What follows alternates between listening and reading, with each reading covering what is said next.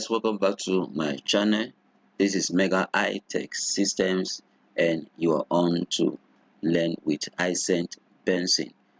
Guys, if this is your first time of stumbling into my channel, or if you have not subscribed to my channel, please do press the subscribe button so that anytime I upload a new video you will get to see it. And also please share and like my videos. Alright, let's go into what we have for today. And the video for today is how you can disable your antivirus on your laptop.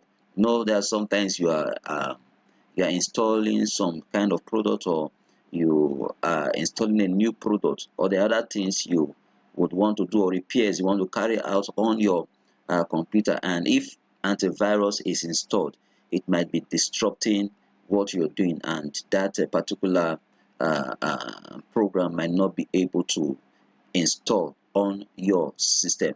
So what you do is to disable your antivirus, or sometimes it might prompt you to disable your antivirus. So how do you disable your antivirus? So what's very easy, what you do, go to your menu here and click on this particular one, show hidden icons. You click on it and you see your antivirus here. Right click on this your antivirus and you see all the menu there. You look for disable antivirus protection. So we search for disable antivirus. All right, disable virus protection.